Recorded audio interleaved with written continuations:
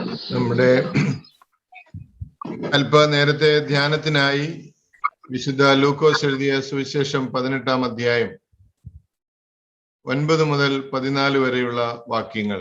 Saint Luke chapter 18 verses 9 through 14. നമുക്ക് ഏറെ പരിചയമുള്ള ഒരു വേദഭാഗമാണ് ഇത്. രണ്ട് ആളുകൾ പ്രാർത്ഥിക്കാൻ പോകുന്ന സംഭവമാണ് അവിടെ രേഖപ്പെടുത്തിയിട്ടുള്ളത്. ഒരാൾ നീതീകരിക്കപ്പെട്ടവനായും ഒരാൾ ദുഃഖിതനായും മടങ്ങിപ്പോകുന്ന സംഭവമാണ് രേഖപ്പെടുത്തിയിട്ടുള്ളത്. നമ്മുടെ ഈ ഷോർട്ട് മെഡിറ്റേഷന്റെ title right way to approach God, ദൈവത്തെ സമീപിക്കാനുള്ള ശരിയായ മാർഗം.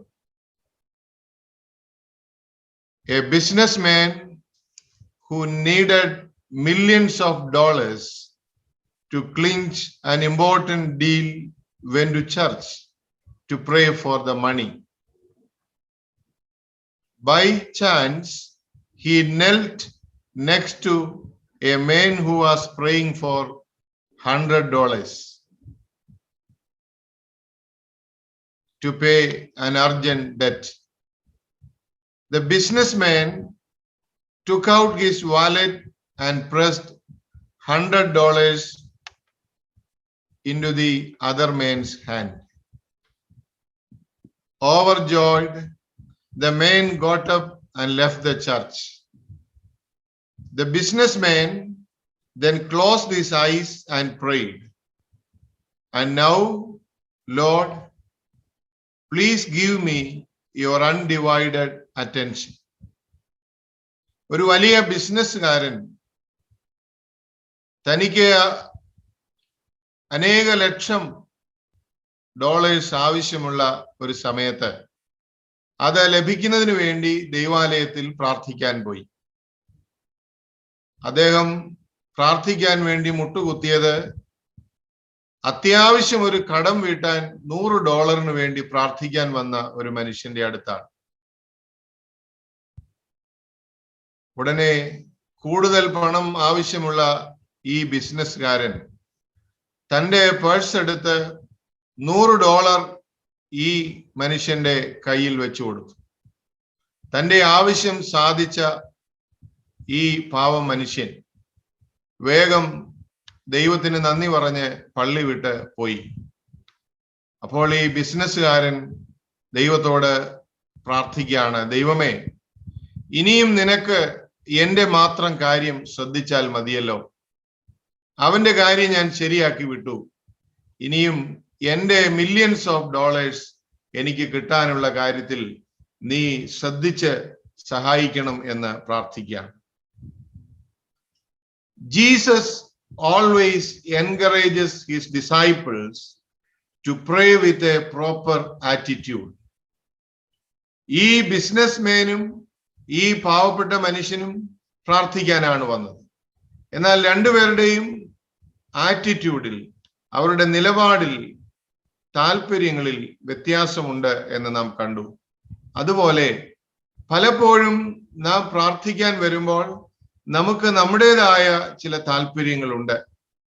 മറ്റവരുടെ കാര്യം ശ്രദ്ധിച്ചില്ലെങ്കിലും എന്റെ കാര്യം ശ്രദ്ധിക്കണമേ ദൈവമേ എന്ന ഒരു പ്രാർത്ഥന ചിലപ്പോഴെങ്കിലും അറിഞ്ഞോ അറിയാതെയോ നമ്മിൽ നിന്ന് വരാറുണ്ട്. William Barclay said that true prayer comes from setting our lives beside the life of God and not our neighbors. William Barclay എന്ന വേദപണ്ഡിതൻ പറയുന്നത്, ശരിയായ പ്രാർത്ഥന എന്ന് പറയുന്നത് നമ്മുടെ ജീവിതങ്ങളെയും നമ്മുടെ ആവശ്യങ്ങളെയും ദൈവത്തിന്റെ അരികിൽ പ്രതിഷ്ഠിച്ച് പ്രാർത്ഥിക്കുന്നതാണ്, അല്ലാതെ മറ്റുള്ളവരുടെ അരികിൽ പ്രതിഷ്ഠിച്ച് പ്രാർത്ഥിക്കുന്നതല്ല എന്ന്. When we set our lives beside the holiness of our neighbors, perhaps we can have all reasons to boast. എന്തുകൊണ്ടാണ് അങ്ങനെ പറയുന്നത്? മറ്റുള്ളവരുമായുള്ള ബന്ധത്തിൽ, മറ്റുള്ളവരോടുള്ള കമ്പാരിസണിൽ, താരതമ്യപ്പെടുത്തലിൽ നമ്മൾ പ്രാർത്ഥിച്ചാൽ പലപ്പോഴും നമ്മൾ നമ്മെക്കുറിച്ച് തന്നെ ബോസ്റ്റ് ചെയ്യുന്നവരായി, പുകഴ്ത്തി പറയുന്നവരായി തീരാൻ സാധ്യതയുണ്ട് എന്നാണ് ബാർക്ലേ പറയുന്നത്. It is easier for us to say, I pray more than he or she prays. അവനോ അവളോ പ്രാർത്ഥിക്കുന്നതിനേക്കാൾ കൂടുതൽ ഞാൻ പ്രാർത്ഥിക്കുന്നുണ്ട് എന്ന് പറയാനുള്ള സാധ്യത പലപ്പോഴും കൂടുതലാണ്. I give more than he or she gives. അവനോ അവളോ കൊടുക്കുന്നതിനേക്കാൾ കൂടുതൽ ഞാൻ കൊടുക്കുന്നുണ്ട് എന്ന ഒരു മനോഭാവം. I do better than him or her. അവളേക്കാൾ അല്ലെങ്കിൽ അവനേക്കാൾ കൂടുതലായി ഞാൻ ചെയ്യുന്നുണ്ട്, നൽകുന്നുണ്ട് എന്നുള്ള ഒരു തോന്നൽ. I don't cause any trouble to others. മറ്റുള്ളവർക്ക് ആർക്കും ഞാൻ ഒരു പ്രയാസവും വരുത്തുന്നില്ല എന്ന ഒരു തോന്നൽ ഉണ്ടാകാം. I look better than he or she does. അവനോ അവളോ പ്രവർത്തിക്കുന്നതിനേക്കാൾ അവരെക്കാൾ നല്ലതായി ഞാൻ എന്നെ തന്നെ കാണുന്നു എന്ന ഒരു മനോഭാവം. Compared to others, I am a saint. Many a times, this is our attitude. പ്രാർത്ഥിക്കുന്ന നമ്മുടെയൊക്കെ മനോഭാവം പലപ്പോഴും I am a saint, the other is not. മറ്റവൻ അങ്ങനെയല്ല, മറ്റവൾ അങ്ങനെയല്ല. I am better than the other. I am okay, you are not okay.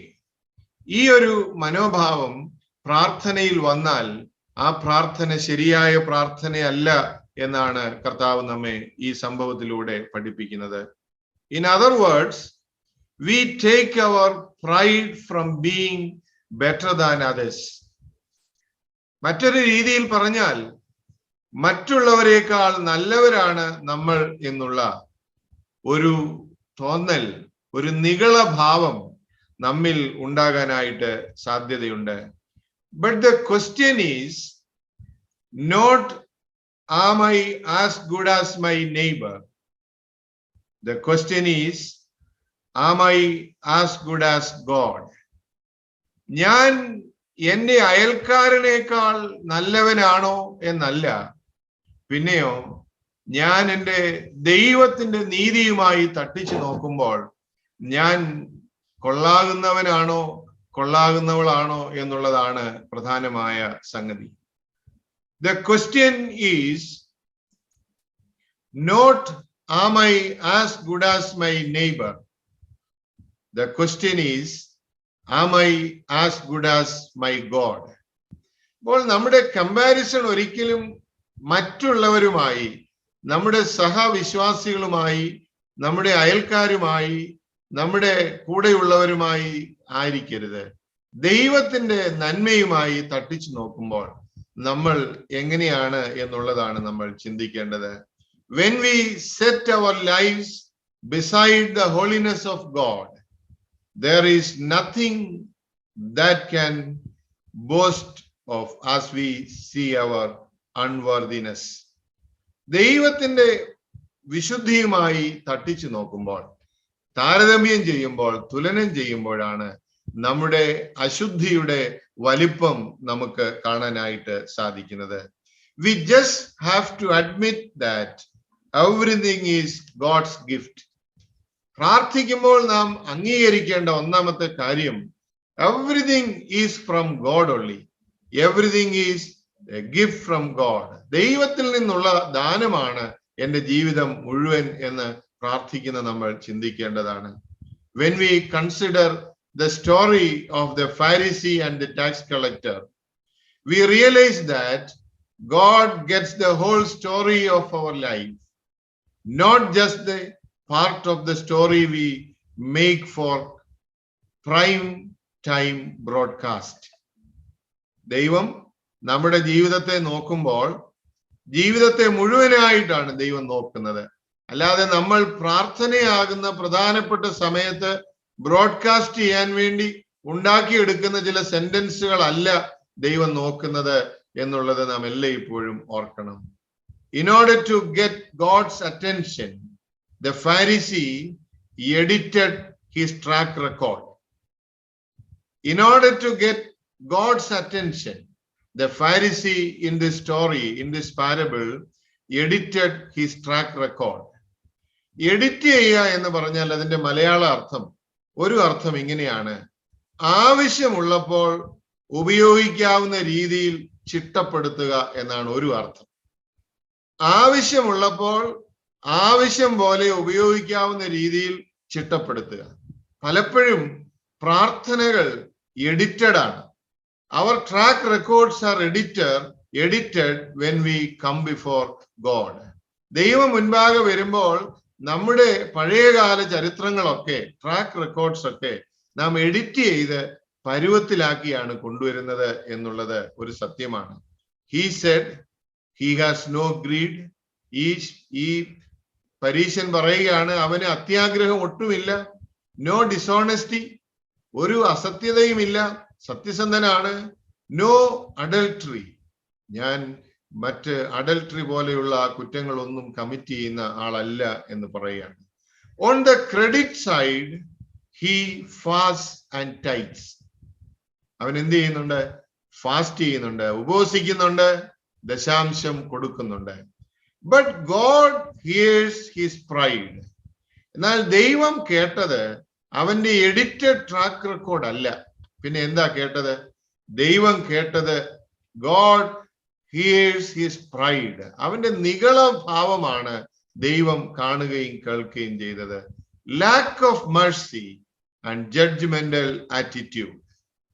അവന്റെ കരുണയില്ലായ്മയും അവന് മറ്റുള്ളവരെ ന്യായം വിധിക്കാനുള്ള സ്വഭാവവും ത്വരയുമാണ് ദൈവം അവനിൽ കാണുന്നത്.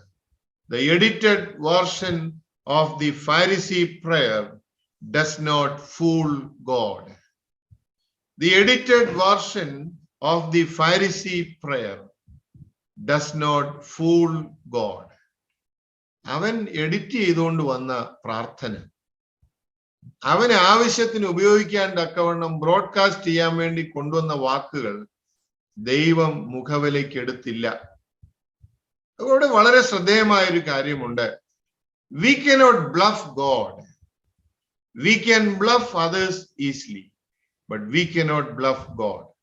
ദൈവത്തെ ബ്ലഫ് ചെയ്യാൻ ഒക്കത്തില്ല, ദൈവത്തെ ഫൂളാക്കാൻ ഒക്കത്തില്ല. അതാണ് ഇവിടുത്തെ പ്രധാനപ്പെട്ട ഒരു കാര്യം. The gospel tells us that Jesus never found it difficult to determine who in his audience was. When he prayed in the temple, on the road, even on the cross, he prayed honestly to God. തമ്പുരാൻ കർത്താവ് എപ്പോൾ പ്രാർത്ഥിച്ചപ്പോഴും he was 100% sincere in his prayers. He was 100% sincere in his prayers. അത് പള്ളിയിലാണെങ്കിലും റോഡിലാണെങ്കിലും കുരിശിലാണെങ്കിലും ക്രിസ്തുവിന്റെ പ്രാർത്ഥന അർത്ഥപൂർണമായിരുന്നു എന്നാണ് കാണുന്നത്. God hears all that we say and all that we don't say. ദൈവം എല്ലാം കേൾക്കുന്നു, നമ്മൾ പറയുന്നതും പറയാത്തതും അവൻ കേൾക്കുന്നു. So it is wise not to edit our lives and prayers before God. Let me conclude. It is wise not to edit our lives and prayers before God. ദൈവം മുൻപാകെ നമ്മുടെ ജീവിതത്തെയോ നമ്മുടെ പ്രാർത്ഥനയോ എഡിറ്റ് ചെയ്ത് കൊണ്ടുവരാതിരിക്കുന്നതാണ് എപ്പോഴും നല്ലത്. കാരണം he is an all knowing God. അവൻ എല്ലാം അറിയുന്ന ദൈവമാണ്. അവന്റെ മുൻപാകെ ഒന്നും മറഞ്ഞിരിക്കുന്നില്ല എന്നുള്ളത് ഏറ്റവും പ്രധാനം. There is no reason to fake our prayers. There is no reason to fake our prayers. So prayer is a conversation with God, not a presentation. നമ്മൾ പ്രാർത്ഥിക്കാൻ ഒരുങ്ങിയാണ്. ഈ ഒരു അറിവോടെ നമുക്ക് പ്രാർത്ഥിക്കണം. Prayer is a conversation with God, not a presentation. പ്രാർത്ഥന ദൈവവുമായുള്ള ഒരു സംഭാഷണമാണ്, അല്ലാതെ ദൈവം മുൻപാകെയുള്ള ഒരു അവതരണമല്ല. പ്രാർത്ഥന ദൈവത്തോടുള്ള ഒരു സംഭാഷണമാണ്. അതൊരിക്കലും ദൈവ മുൻപാകെയുള്ള ഒരു അവതരണമല്ല എന്ന് നാം ഓർത്തിരിക്കേണ്ടത് ആവശ്യമാണ്. നമ്മുടെ ഈ ധ്യാനം ഞാൻ കൺക്ലൂഡ് ചെയ്യുകയാണ്. Avoid boasting of your achievements in prayer to God. ദൈവത്തോട് പ്രാർത്ഥിക്കുമ്പോൾ നമ്മുടെ നേട്ടങ്ങളെ കുറിച്ചുള്ള പുകഴ്ചകൾ ഒഴിവാക്കി പ്രാർത്ഥിക്കുക. Stop comparing yourself to others in prayer, even if they are proven to be worse than you. വേറൊരാളെ മോശക്കാരനായി മനസ്സിൽ കണ്ട് പ്രാർത്ഥിക്കാതിരിക്കുക. ഇനിയും അയാൾ നമ്മളെക്കാൾ മോശക്കാരനാണെങ്കിൽ പോലും. If you humble before God, then you will be exalted by God. നാം ദൈവം മുൻപാകെ വിനയപ്പെട്ടാൽ ദൈവം നമ്മെ പുകഴ്ത്തും എന്നുള്ളത് ഓർക്കുക. A simple prayer of repentance is of more value than fancy words made to look like prayer. അനുതാപത്തോടെയുള്ള ഭംഗിയില്ലാത്ത വാക്കുകൾ, അനുതാപമില്ലാത്ത ഭംഗിയുള്ള വാക്കുകളെക്കാൾ വിലപ്പെട്ടതാണെന്ന് മനസ്സിലാക്കുക. God is fully aware of the real attitude of your heart, no matter how much you hide it from people. നമ്മൾ എത്ര മനുഷ്യരുടെ മുൻപിൽ മറച്ചു വെച്ചാലും ദൈവം നമ്മുടെ ഹൃദയത്തിന്റെ അവസ്ഥയെ കാണും. അതുകൊണ്ട് പരീക്ഷ മനോഭാവത്തിലുള്ള പ്രാർത്ഥനയല്ല, അനുതാപ ഹൃദയത്തോടൊപ്പമുള്ള പ്രാർത്ഥനയാണ് നമുക്ക് ആവശ്യം. ഈ മനോഭാവത്തോടെ നമുക്ക് പ്രാർത്ഥനയ്ക്കായിട്ട് ഒരുങ്ങാം. ദൈവം മുൻപാകെ നമുക്കൊന്നും ബോസ്റ്റ് ചെയ്യാനില്ല. We have nothing to boast before God. He is an all-knowing God. എത്ര ഫാൻസി വാക്കുകൾ നമ്മൾ ഉപയോഗിച്ചാലും അവൻ നമ്മുടെ ഉള്ളം അറിയുന്നു. കർത്താവേ, ഉള്ളതുപോലെ എന്നെ അറിയണമേ, എന്റെ ഉള്ളത്തെ അറിയണമേ.